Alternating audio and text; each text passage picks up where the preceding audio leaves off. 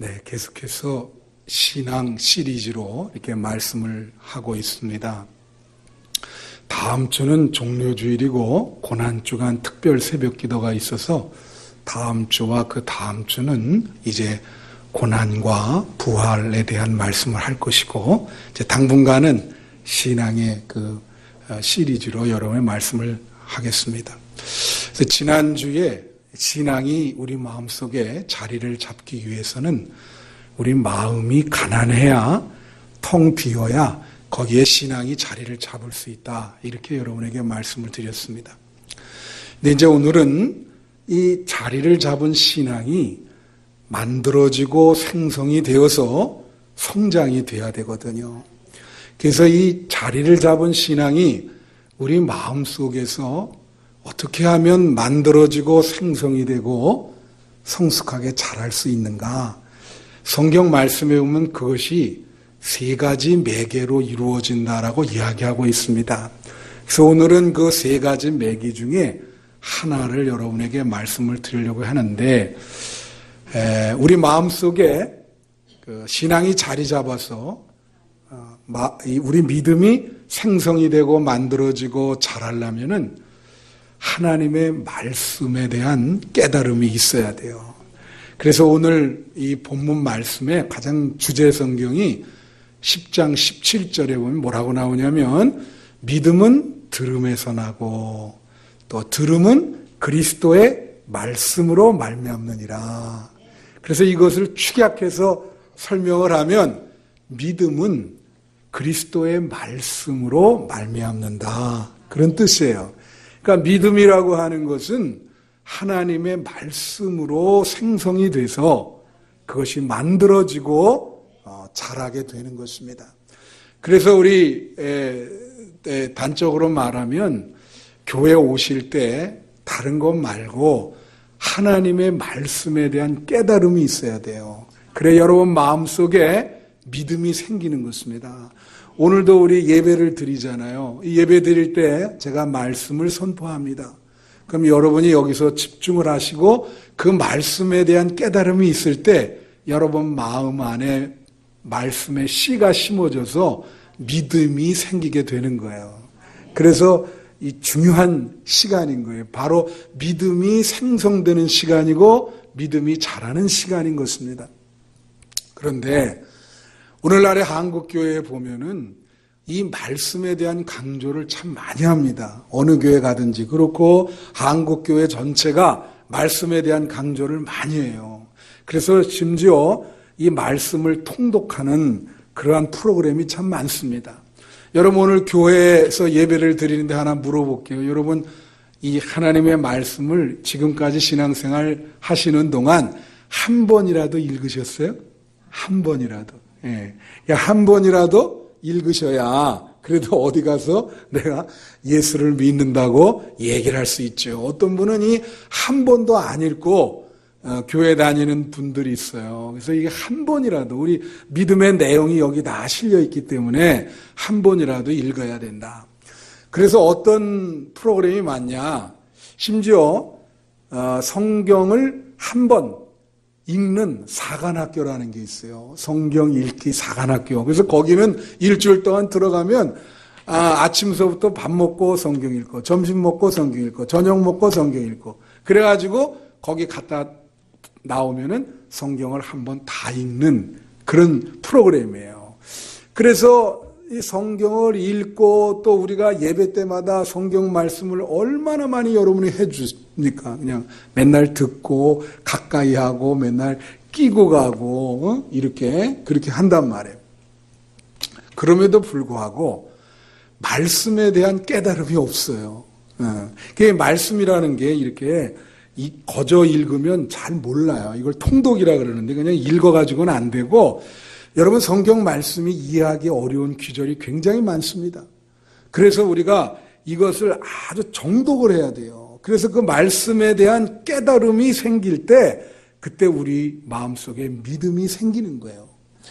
그런데 왜 이렇게 말씀의 홍수 속에 살지만 믿음이 많이 생기질 않느냐? 그 이유는 말씀이 많이 주변에 있고 홍수 속에 살아가지만 이 말씀에 대한 깨달음이 없기 때문에 그런 거예요.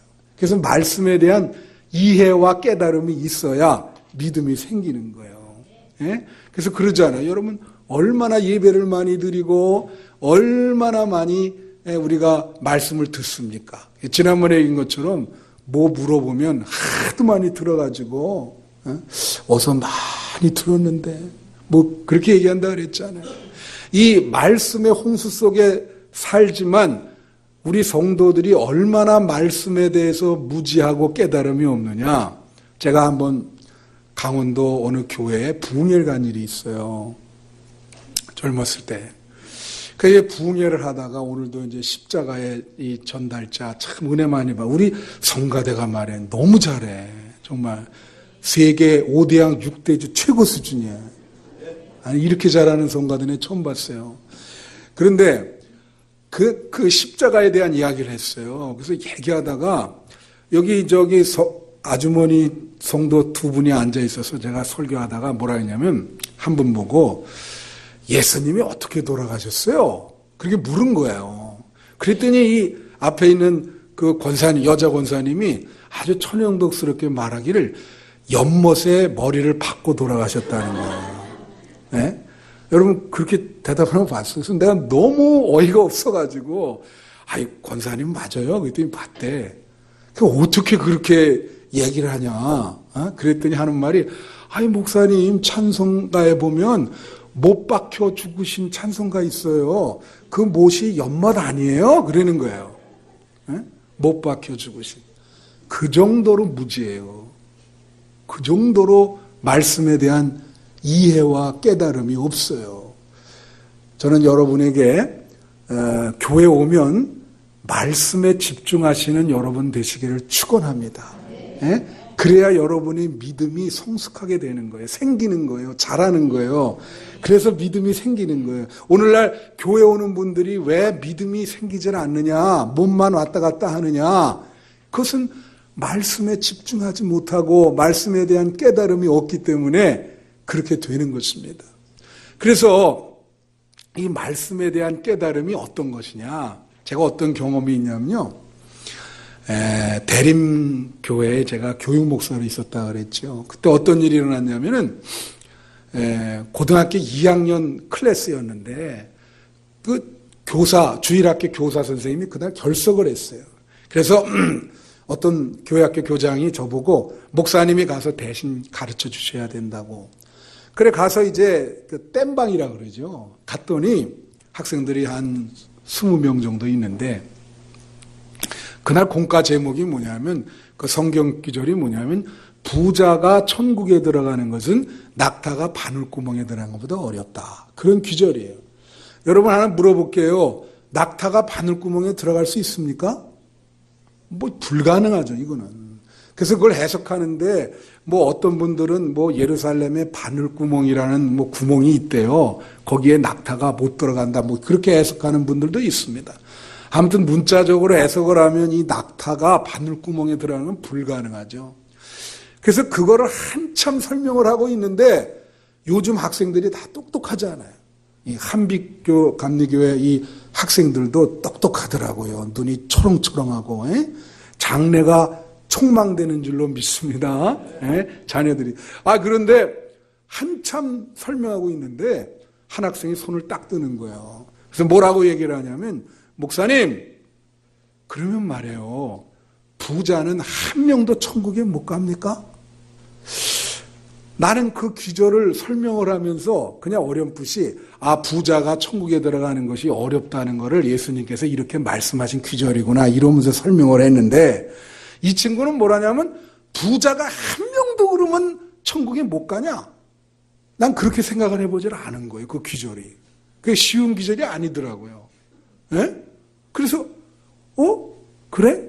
그러면서 하는 말이 우리 교회 정장로님은 재산이 몇십억인데 그럼 그분은 지옥 가네요? 다행히 우리 교회는 그 많은 재산가가 없어서 다행입니다. 그렇게 얘기를 하는 거예요. 그럼 그 사람 몇십억인데 그거 어떻게 합니까? 여러분 어떻게 생각하세요? 한국 교회에 뭐 재산이 몇십억만 있는 성도가 많이 있겠습니까? 얼마나 많겠습니까? 재산 많은 사람들이 몇백억도 있겠고, 그럼 다 그 사람들 지옥 가나요? 그 기절을 보면? 그러면서 이 친구가 한 걸음 더 나가요. 뭐라고 얘기를 하냐면, 목사님, 그러면 부자와 가난한 자를 구분하는 기준이 뭡니까? 그 시대마다 다른 거 아니에요? 그렇게 얘기하는 거예요. 그 말이 맞죠. 여기 어르신들, 저가 중고등학교 다닐 때는요, 그때는 자가용 타고 오는 사람이 별로 없었어요. 그래서 전교생에 한 10명 정도 될까? 정말 학교 등교하는데 어떤 부모가 차를 운전해서 애를 등교시키면 그건 100% 부자입니다. 예. 지금은 만약에 그런 기준을 대가지고 학교에 어떤 엄마가 아이를 자가용을 태우고 등교시켰다. 지금은 사골세를 살아도 다 차가 있어요. 그러니까 그걸 부자라고 얘기는 못해. 그 옛날에 어떤 국회에서 그 중산층을 정의하기를 뭐 6억인가요? 뭐 그렇게 무슨 세금 그 측정을 하면서 6억인가 9억인가 그거 가지고 서로 싸운 일이 있어요. 제가 여러분에게 물어볼게요. 여러분은 부자라고 생각합니까? 가난한 자로 생각합니까? 대답해 보세요. 부자예요? 가난한 자예요? 나는 나 스스로 어떻게 생각할까? 그죠? 참 그 기절이 단순한 기절이 아닌 거예요. 여러분 성경 기절이 다 그렇습니다. 예? 참 읽을 때마다 정말 그 느낌이 다르고 그 깊은 신비의 그 하늘나라의 비밀이 그 속에 숨겨 있는 거예요. 읽을 때마다 깨달음이 있어야 돼. 그래서 우리가 모르면 목사도 모르면 모른다 그래야지 그 대답하기가 어렵잖아요. 그래서 나 거기까지는 생각을 못 해봤다. 그러니까 내가 일주일 동안 한번 이 기절을 많이 읽어보고 그리고 기도하고 한번 주석도 참고하고 내가 다음 주에 가르쳐 줄게. 그래서 집에 와서 몇십 번을 읽고 주석책도 이렇게 하니까 깨달음이 오더라고요. 내가 깨달음이 오는 거예요. 내가 먼저 은혜를 받는 거예요. 그래서 이게 부자도 구원받을 수 있구나. 그런 생각 그거예요. 부자가 얼마나 많습니까?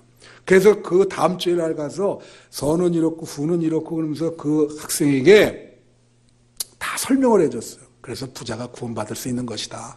그랬더니 목사님 말씀이 맞네요.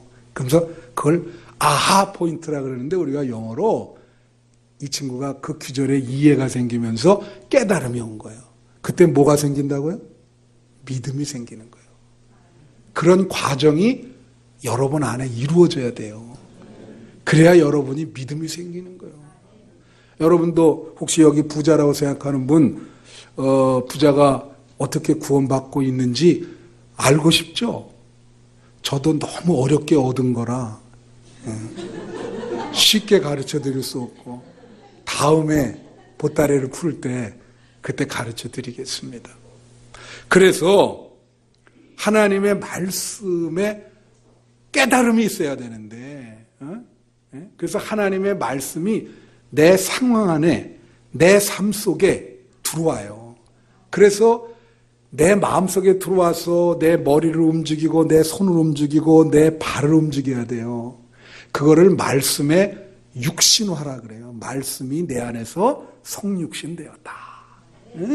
그래서 내 안에서 작용을 해가지고 내 안에 막 믿음이 생기기 시작하는 거예요.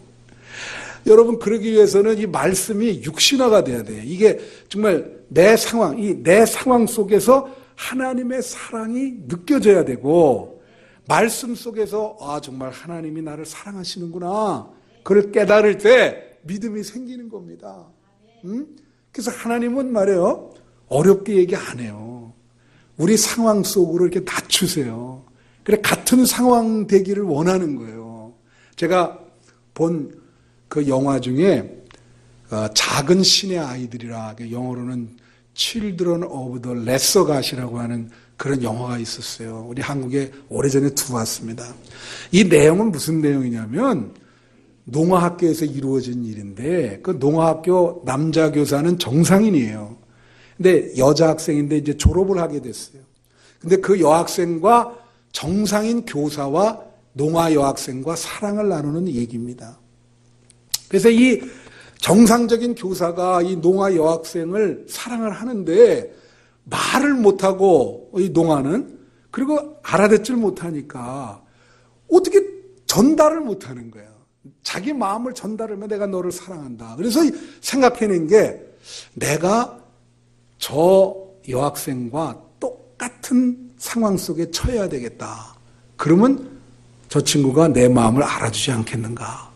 그 어떤 선택을 하냐면 이 수영장 물 속에 들어가는 거예요. 둘이. 수영장 물 속으로 이렇게 깊이 들어가요. 그때 이 남자가 그 여자에게 키스를 하면서 이렇게 안아주면서 자기 마음을 표현합니다. 어떻게 그 여자가 받아들일 수 있을까? 왜? 자, 물속에서는 이 정상적인 남자도 말을 할 수 있어요, 없어요? 못하잖아요. 그 여자와 똑같아지는 거예요. 여자도 말 못하지만 이 남자도 말을 못해요. 똑같은 상황이에요. 예? 그때 성육신이 이루어지는 것이고 진정한 사랑이 그때 이루어지는 것입니다. 그래서 말씀이 육신화된다는 것이 바로 그런 거를 말하는 거예요. 그래서 말씀이 내 상황 속에 들어와서 내 상황과 함께 하시고 내 상황 속에서 역사하셔서 그 말씀을 우리가 깨닫게 되고 이해를 하게 된다. 여러분, 이 말씀의 육신화가 될 때 그 말씀의 육신화를 어렵게 하는 두 가지가 있습니다. 하나는 뭐냐면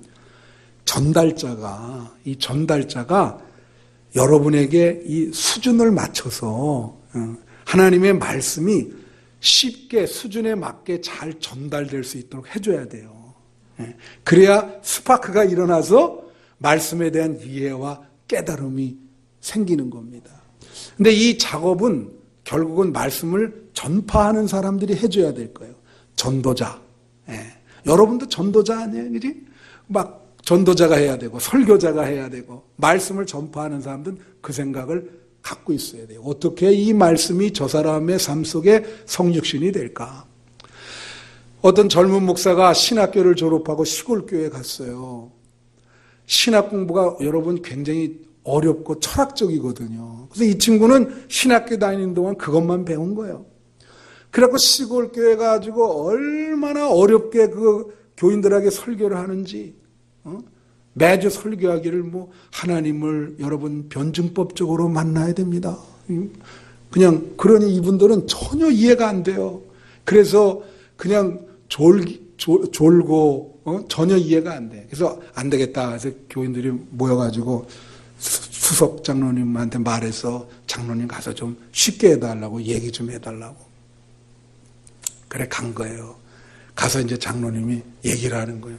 목사님, 우리를 너무 높게 보시는 것 같은데 우리 목사님 얘기하는 거 다 하나도 못 알아듣습니다. 좀 우리가 알아듣기 쉽게 그렇게 얘기를 해달라 그랬더니 이 젊고 어린 목사님이 말씀하시기를 내가 무슨 설교하는지 하나도 못 알아듣겠습니까? 네, 그래서 실은 나도 내가 무슨 소리 하는지 하나도 모르게 얘기하는 거예요. 나도. 여러분, 말씀이 수준에 맞춰서 내 마음속에 들어온다는 거 참 어렵습니다. 그래서 성령께 기도해야 돼요. 그거는 성령께서 하시는 거예요.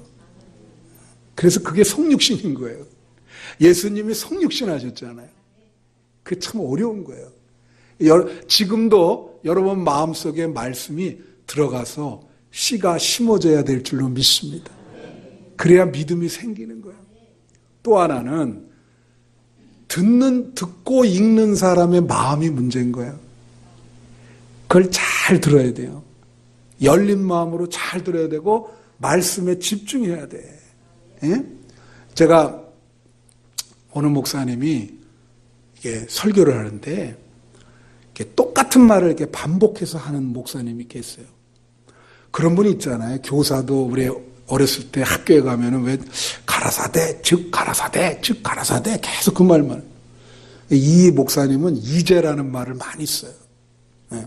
그래가지고 이제 다윗이 사울을 피해서 동굴로 피신하는 그 성경 구절을 말씀을 하시는데 뭐라고 얘기를 하냐면 이제 다윗이 이제 동굴로 이제 들어갔습니다. 이제 뭐 계속 하네요. 그러니까 성도들이 듣고 있다가 가만히 저 뒤에서 처음엔 거기 하려고 그러다가 어떻게 해요? 이 이제를 세기 시작하는 거예요. 응? 이제 한 번, 이제 두 번, 야 40번 했다고 막 서로 막.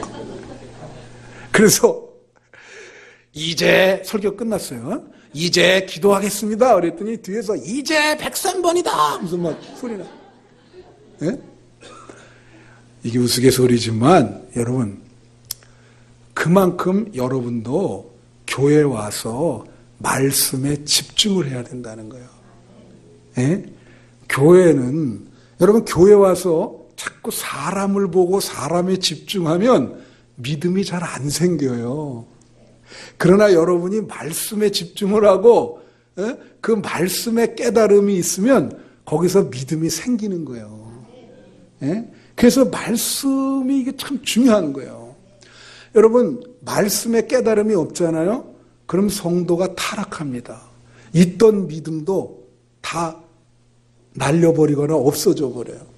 중세기에 얼마나 사람들이 타락을 했어요. 우리가 역사상으로 중세기 기독교를 타락한 기독교라고 봅니다. 그렇게 봐요. 교회 역사에. 왜 타락했냐? 이유가 있어요. 그냥 타락하는 게 아니에요. 중세기에는 말이에요. 이렇게 예배를 드리면 신부가 라틴어로 예배를 집전을 했어요.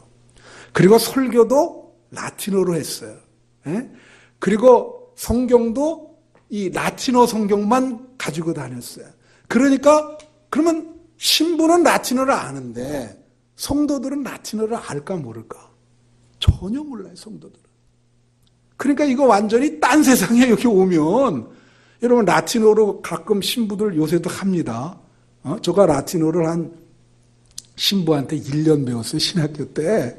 라틴어가 참 어려워요. 뭐 동사 변화가 한 18개 한 동사에 그걸 다 외워야 됩니다. 뭐 에고 아모르 뚱 이게 내가 너를 사랑한다. 근데 아모르라고 하는 동안 아모르 아모레 아모리 아모리 뭐 다 이게 외워야 돼요. 그러니까 성도들이 그걸 어떻게 알겠어요? 이게 모른단 말이에요. 그러니까 성경의 의미가 전혀 성도들한테 전해지질 않은 거예요. 그죠? 전혀 몰라요. 그러니까 내가 왜 구원받는지, 내가 왜 예수를 믿어야 되는지 그걸 모르고 그냥 교회만 나와서 그냥 라틴어 그냥 뭐 이렇게 읽으면은 그냥 저게 무슨 소리인가. 그러다 보니까 교회가 어떻게 해요? 타락하게 되는 거예요. 하나님의 말씀과 신자의 삶이 단절되어 있기 때문에. 그래서 우리는 루터의 후예들이거든요. 마틴 루터가 종교개혁을 했잖아요. 그 종교개혁을 할 때 그 표어가 뭔지 아세요? 3가지예요. 오직 말씀으로, 오직 믿음으로, 오직 은혜로. 그래서 이 루터가 어떻게 했냐면 우선 성경을 라틴어에서 독일어로 번역을 했어요. 그래서 독일 사람이거든요. 독일 사람이 다 읽을 수 있도록 성도들이. 그리고 예배를 자국어로 진행을 했습니다. 라틴어로 진행이 아니라 어떻게 해요? 독일어로 설교하고. 그러니까 그 독일 사람들이 그걸 다 이해해야 안 해요? 이해하죠. 그때 충격이 대단한 거예요. 말씀의 의미가 그 성도들한테 강물처럼 흘러들어가니까 독일 사람들이 막 신앙의 기쁨을 회복을 했어요. 그래서 개혁이 일어나고 신자들의 삶이 거룩하게 되고 그래서 종교개혁이 달성이 된 것입니다. 얼마나 중요해요. 그래서 이 루터가 강조한 게 그거예요. 여러분 교회에서 가장 큰 권위는 말씀의 권위예요. 우리가 어떤 문제에 갈등이 생길 때 그것을 해결할 수 있는 궁극적인 권위가 있잖아요. 그죠? 그것은 교회에서는 무엇일까요? 말씀입니다. 말씀의 권위가 교회의 권위 위에 있는 거예요. 근데 카톨릭은 말씀의 권위가 교회의 권위와 똑같아요. 그래서 이게 문제죠. 그래서 여기 성당 다니는 분들 내가 죄송하지만 폄하하는 게 아니에요. 성당 다니는 분들한테 이렇게 물어보면 성경 말씀 잘 모르는 분들 많아요. 그 구원 어떻게 받습니까? 그러면 뭐 착한 일을 하면은 구원받지요. 이렇게 대답하는 사람들 많아요. 그게 성경 말씀을 깨닫지 못했기 때문에. 그래서 그렇게 되는 거예요. 여러분 명심해야 돼요. 성경 말씀에 집중하셔야 됩니다. 그래서 말씀의 깨달음이 여러분에게 있어야 돼요. 그래야 믿음이 생겨요. 그러니까 여러분 사탄은 우리 믿음 생기는 걸 별로 안 좋아해요. 그래서 이 말씀의 깨달음이 없도록 지금 이 시간도 여러 가지로 역사를 하는 거예요. 여러분 마가복음 4장에 보면은 무슨 내용이 있냐면 씨 뿌리는 자의 비유가 있습니다. 이거 공간복음서에 다 나오는 거죠. 이 씨 뿌리는 자의 비유의 핵심은 뭐냐? 거기 보면 뭐 4가지 밭이 나오잖아요. 길가, 돌작밭, 가시떨기, 또 옥토. 마음밭은 말씀을 받아들이는 여러분을 얘기하고 여러분의 마음을 얘기하고, 씨는 뭐를 얘기합니까? 말씀을 얘기하는 거예요. 그러니까 그 예수님이 아주 그렇게 해석을 했어요. 해석을 이 비유 중에 유일하게 이게 예수님께서 해석해 주신 비유거든요. 씨는 말씀이니라. 그러면 그 내용은 뭐냐면 우리가 천국을 믿는 사람으로서 천국 확산 운동을 하잖아요. 전도도 하고 오늘 기도하시는 분이 우리 전도해야. 천국 확산 운동은 무엇으로 이루어지느냐? 하나님의 말씀으로 이루어지는 거예요. 그 씨 뿌리는 자의 비유가 그걸 말하는 거예요. 그래서 말씀에 씨를 뿌려요. 안 믿는 사람한테. 예? 그러면 옥토가 된다면 30배, 60배, 100배의 열매가 맺는다는 것은 말씀이 그 사람 삶 속에 육신화가 돼서 믿음이 생겼다는 거예요. 그래서 믿음의 열매가 30배, 60배, 100배까지 된다는 거예요. 네? 그럼 여러분 거기에 보면 길가에 떨어진 씨를 새가 와서 먹었다. 그런 표현이 있어요. 근데 예수님이 그 해석을 하면서 그 새가 뭐라 그랬는지 아시는 분 있어요? 모릅니까? 그 새를 뭐라 그랬냐면 예수님이 해석을 하면서 그 새는 사탄이니라 그랬습니다. 그렇게 표현을 하셨어요. 이 새는 사탄이다. 그러니까 뭐냐면 말씀의 씨가 좀 떨어졌는데 믿음이 자라려고 그러니까 사탄이 와서 어떻게 해요? 그 씨를 먹어버려요.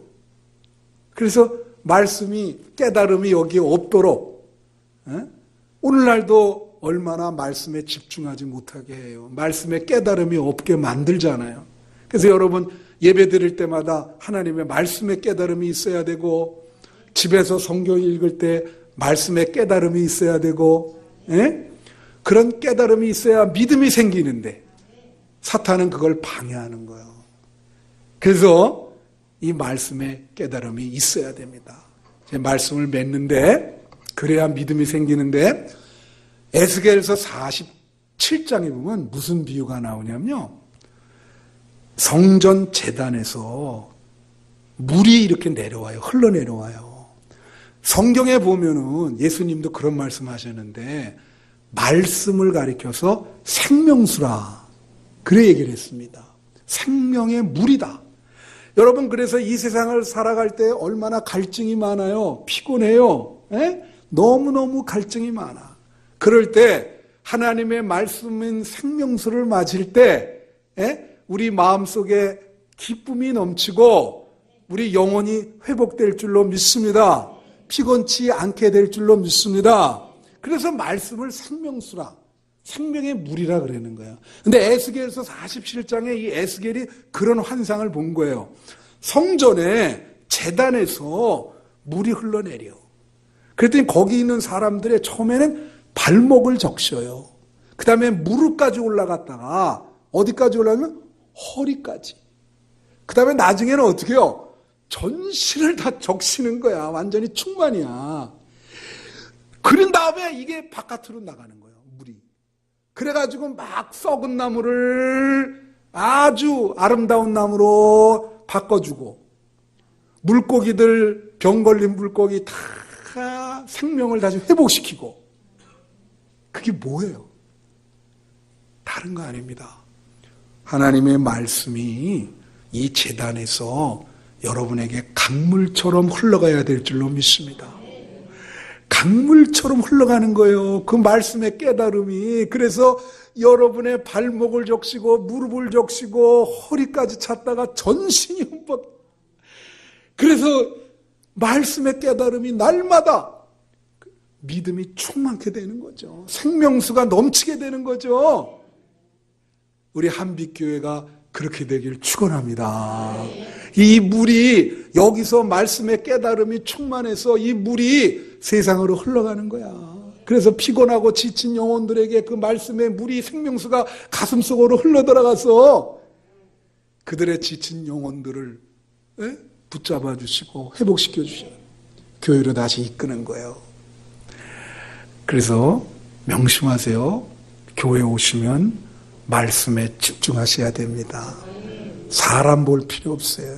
하나님 말씀 읽고 듣고 집중하시면 여러분 은혜 받게 되고 신앙생활 기쁘게 할 수 있어요. 믿음이 생깁니다. 힘이 생깁니다. 명심하시기를 바랍니다.